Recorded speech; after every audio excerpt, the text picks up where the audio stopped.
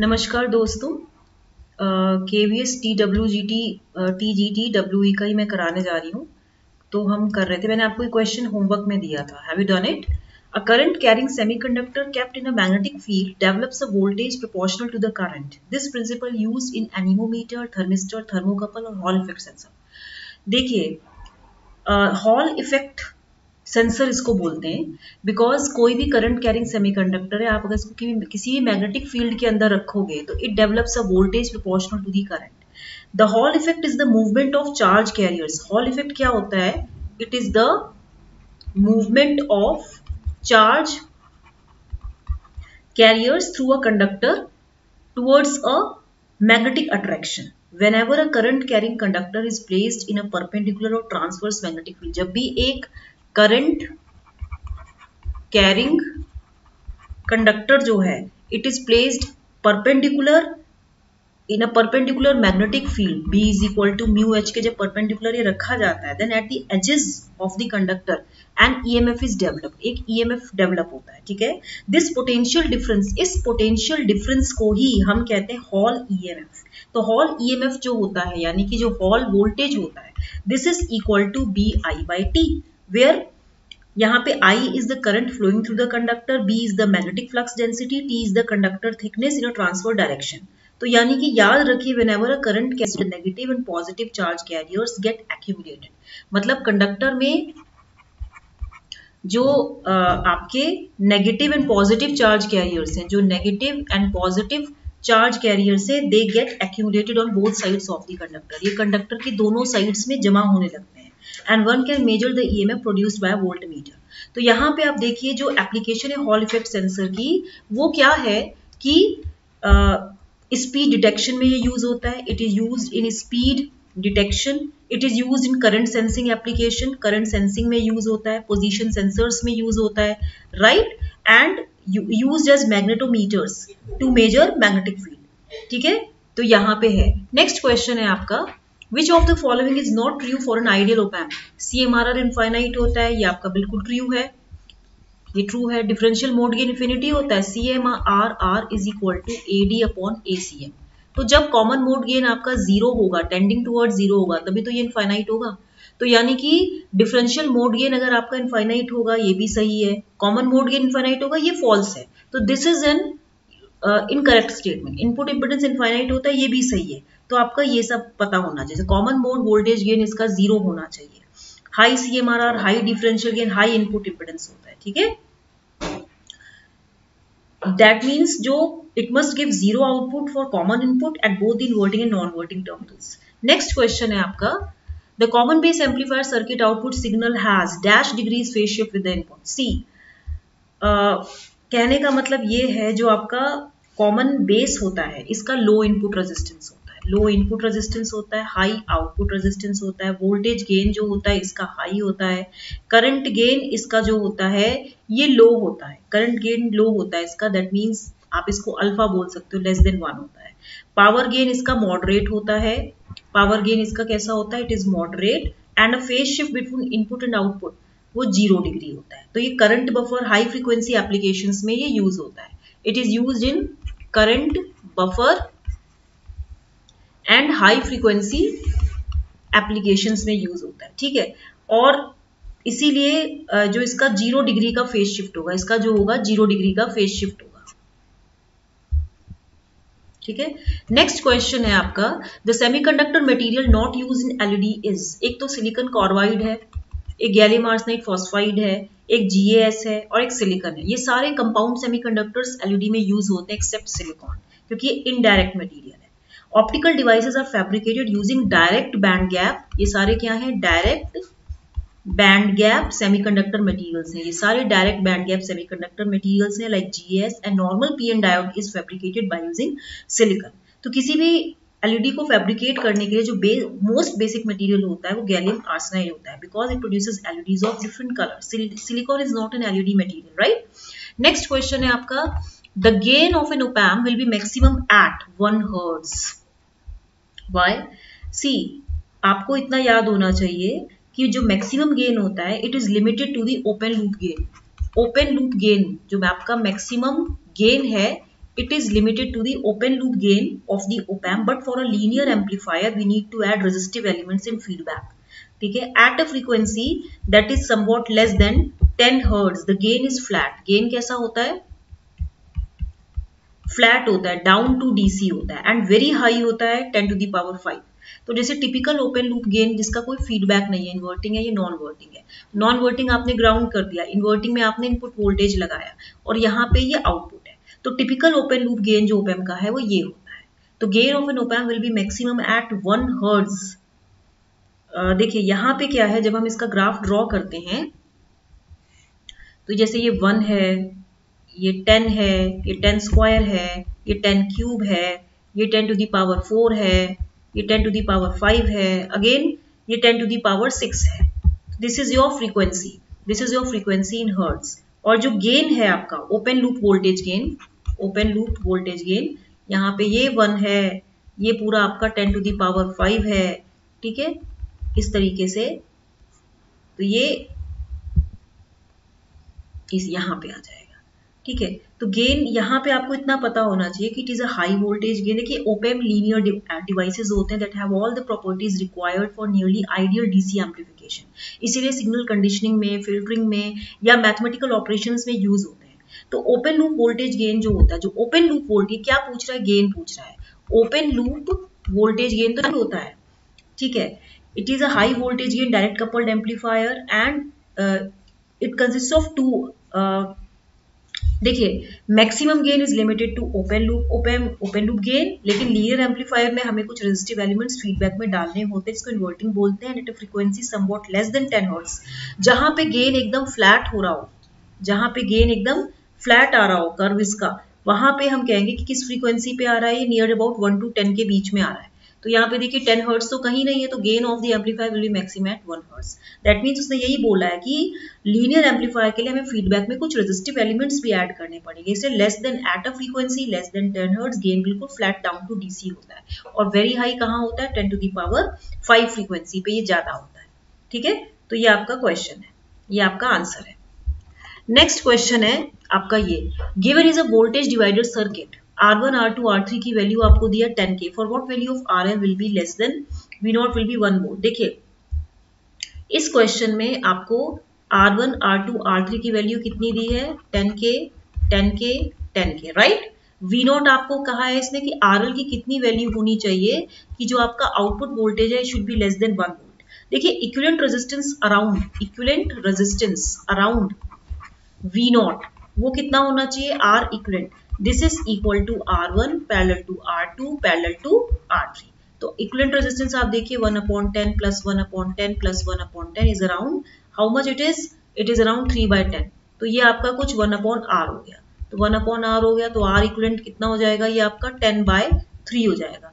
10/3 kilo ohm होगा. Applying voltage divider rule हमारे पास V output कितना आ जाएगा, V output is equal to, ये इनपुट वोल्टेज है, टोटल वोल्टेज है 5 into R equivalent 10/3 upon 10/3 plus RL. ठीक है, एज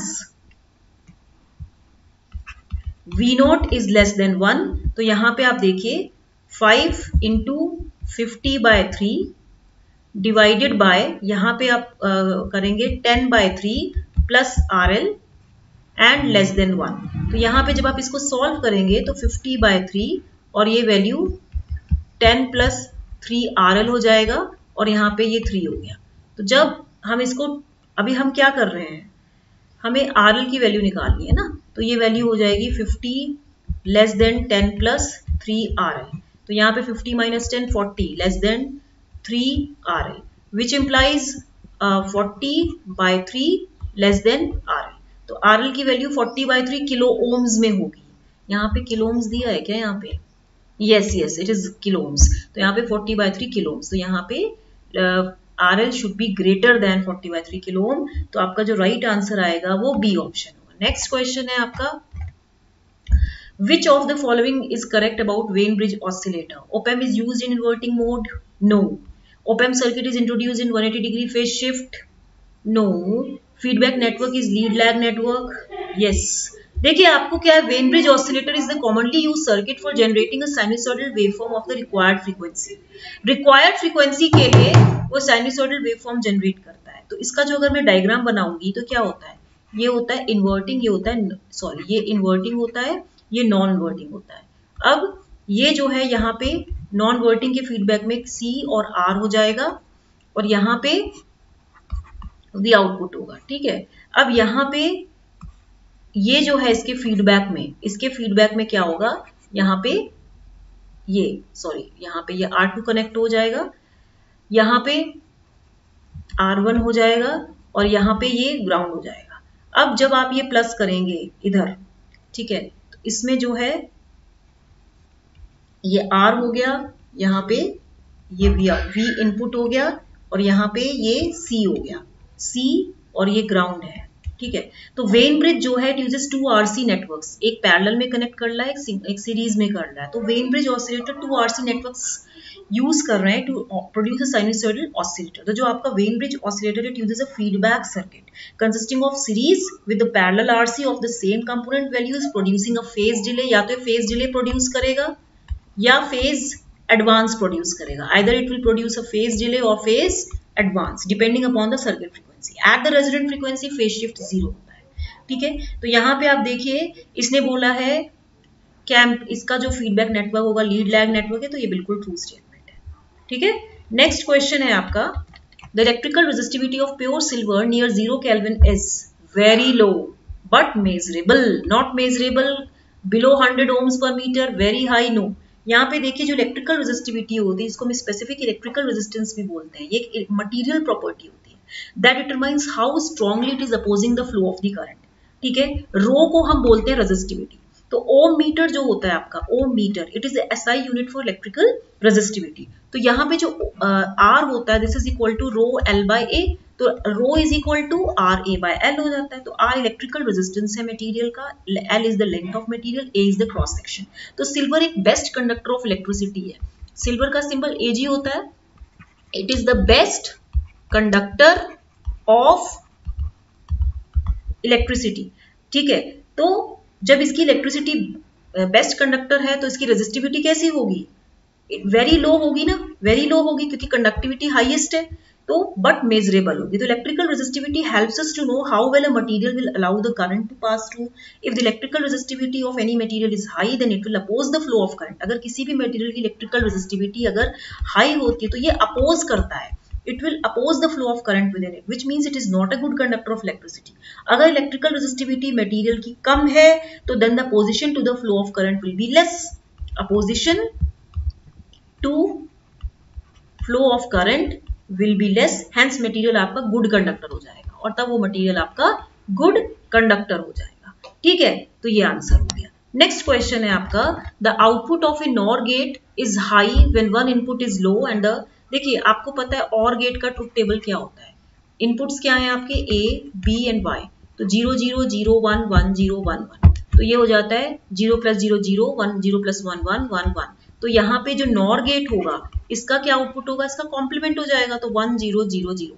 दैट मीन्स जब दोनों इनपुट्स आपके लो होते हैं तब आपका आउटपुट क्या होता है, हाई होता है। तो आपका थर्ड ऑप्शन राइट स्टेटमेंट होगा, ठीक है। यहाँ पे नॉर गेट का सिंबल कैसा है, ये है ना, ये नॉर गेट का होता है, ये क्या होता है, ये और गेट का होता है।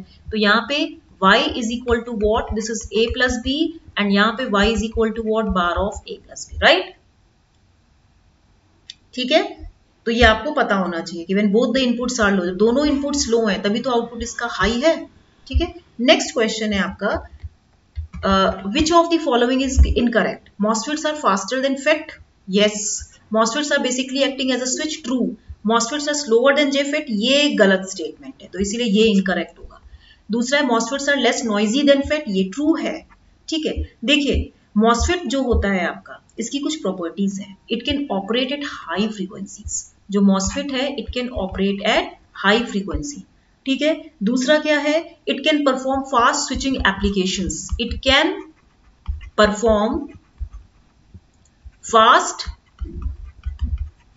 switching applications with little turn off losses, with little turn off losses, जितने टर्न ऑफ लॉसेस कम होंगे तो ये फास्ट स्विचिंग एप्लीकेशन ये कर लेता है। वेयर फेट क्या है, ये स्लोअर स्विचिंग टाइम्स होता है, इसका स्लोअर स्विचिंग टाइम होता है फेट का। इट हैज अ स्लोअर, मतलब कि स्लोअर स्विचिंग टाइम्स होता है इसका, ठीक है। As the internal junction capacitance, as the internal junction capacitance जो होता है फेट का, it is responsible for high delay times, ठीक है। तो इसीलिए फेट एक डिवाइस होता है that depends upon the electric field to control the shape of the channel, इसीलिए hence the conductivity of channel, इसलिए फेट बोलते हैं। यूनिपोलर होता है, ठीक है। तो करंट जेफेट में जो चैनल होता है बिटवीन ड्रेन एंड सोर्स, जो आपका जेफेट होता है ना, वो कैसा होता है, ये जेफेट होता है ना। तो जेफेट में क्या होता है, ये गेट होता है, ये सोर्स होता है, ये ड्रेन होता है। तो यानी कि जो करंट होता है फ्लोइंग थ्रू द चैनल, यहाँ पे जो चैनल बनती है between the drain and source, जो करंट फ्लो करती है between drain and source, it is controlled by the voltage applied at the gate. ये voltage applied at the gate controls the current flowing through between drain and source terminals, जो कि reverse bias होता है। ये क्या होता है, reverse bias होता है, ठीक है। और जो आपका मॉसफेट होता है, मॉसफेट एक फुली कंट्रोल्ड स्विच होता है। इसमें जो गेट और कंट्रोल, गेट को हम कंट्रोल सिग्नल बोलते हैं, ये गेट और सोर्स के बीच में होता है, and its switch terminals are drain and source. तो गेट इटसेल्फ, मॉसफेट में जो गेट होता है, it is itself made of metal, ये मेटल का बना होता है। In order to function properly, MOSFET का पीटीसीआर होना चाहिए, positive temperature coefficient of resistance होना चाहिए। That means no chance of thermal runaway, no chance of thermal runaway. On state losses lower होते हैं, क्योंकि जो ट्रांजिस्टर ऑन स्टेट रेजिस्टेंस होता है, इसकी कोई लिमिट नहीं है, ठीक है। तो आपका जो आंसर सही होगा कि इसमें से कौन सा करेक्ट है, MOSFETs are slower than JFET. इसका टर्न ऑफ लॉसेस मॉसफेट का कम होता है, इससे इसकी स्विचिंग एप्लीकेशन हाई होती है। फेट का स्लोअर स्विचिंग टाइम होता है, क्योंकि इसका इंटरनल जंक्शन कैपेसिटेंस जो होता है वो कैसा होता है, जो इसका फेट, मैंने आपको जैसे बताया कि ये जो आपका फेट है, ठीक है, इसका स्लोअर स्विचिंग टाइम होता है, तो हाई डिले टाइम भी होगा जेफेट में, है ना। तो ये आपको जो है इसका जो राइट आंसर होगा वो क्या होगा, आपका यही होगा। देखिए मैंने जैसे बताया कि FET has a slower switching time as the internal junction capacitance, जो फेट का होता है, फेट में इंटरनल जंक्शन कैपेसिटेंस होता है। FET has the internal junction capacitance which is responsible for high delay times. C is equal to epsilon A by D होता है, Q is equal to CV होता है। तो it is responsible for high delay times, क्योंकि Q is equal to IT होता है ना, ये ज्यादा होगा तो ये ज्यादा होगा, है ना। रिवर्स बाइसिंग भी तो होता है ना VGS में, नेगेटिव होता है ना जेफेट में। तो इसको लाइक शेयर सब्सक्राइब करना मत भूलिएगा इसको। Till then please keep watching.